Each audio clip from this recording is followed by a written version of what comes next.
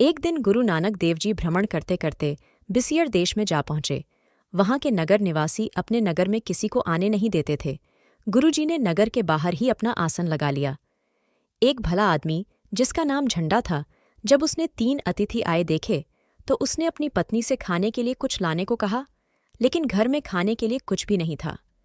झंडे का स्वभाव था कि वह अतिथि सत्कार के लिए हमेशा तैयार रहता था। यदि घर में खाने के लिए कुछ न हो तो वह गांव से मांग कर भी साधु सेवा करनी अपना कर्तव्य समझता था। जब झंडा नगर में मांगने गया तो लोगों ने उसे पाखंडी कहा और कहने लगे, यह संतों का नाम लेकर अपना पेट पालता है, हम इसे कुछ भी देने को तैयार नहीं हैं। उस समय उस नगर के राजा की ओर से पहलवानों की कुश्ती होनी थी।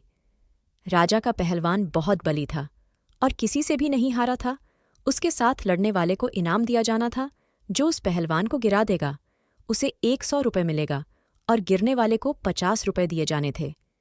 झंडा ने उस समय को सौभाग्य समझा और सोचा, अगर मैं गिर गया तो जो 50 रुपये मिलेंगे उससे तीनों साधुओं को भोजन करवा सकूंगा।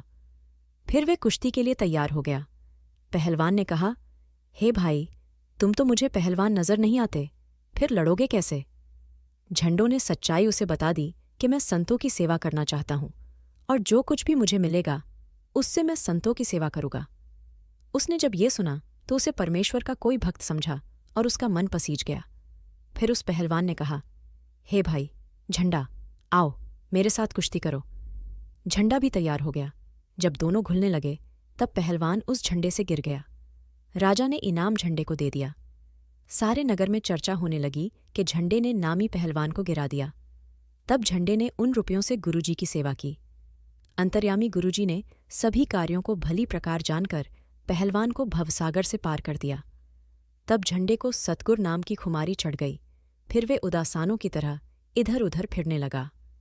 गुरुजी ने झंडे के सभी पाप दूर करके उसे मुक्ति का फल दे दिया। पहलवान का नाम मस्कीन था। तब गुरुजी ने सलोक उच्चारण किया और झंडे ने गुरुजी को नमस्कार किया।